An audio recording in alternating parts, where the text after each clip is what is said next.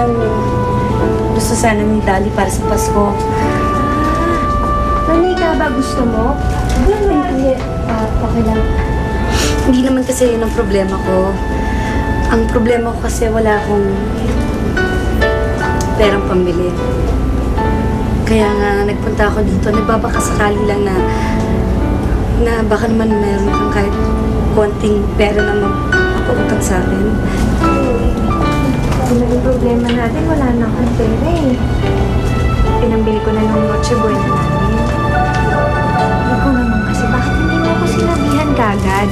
Pwede naman pinagsabi na kita eh. Mavi, ka na ba? Sobra-sobra naman. Hindi okay lang, nagbabakasakali lang naman eh. Pero salamat na rin ha. Umalis ka na nga, Liet. Wala ka namang pera eh. Pampasikip ka lang dito. Sige, mauna na ako. Mavi. Ayan, hindi na kita tinitigilan. Kaya nakakawala ka na. Maraming salamat, Puno. Makakapunta na ako kay Santa. Makakasama niya na ako sa pamimigay ng mga regalo. Bakit ka malungkot?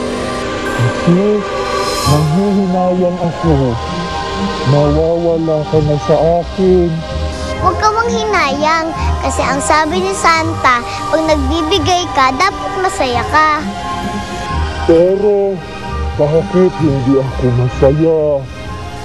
Sigurado ka? Tingnan mo, may bagong umusbong sa katawan mo. Nahalaman.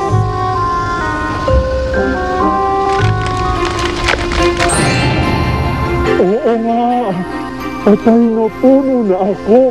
Pero bakit may umuusbong? Ang ganda! Ang ganda! Nabubuhay ako muli! Tama ka, aking manika.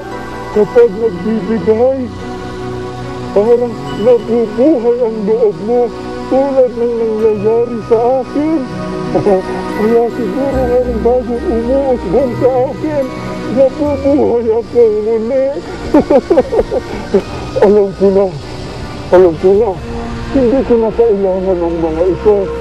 Ibibigay ko na sila sa kung sino man ang may gusto sa kanila. Sige, Puno! Gawin mo yan!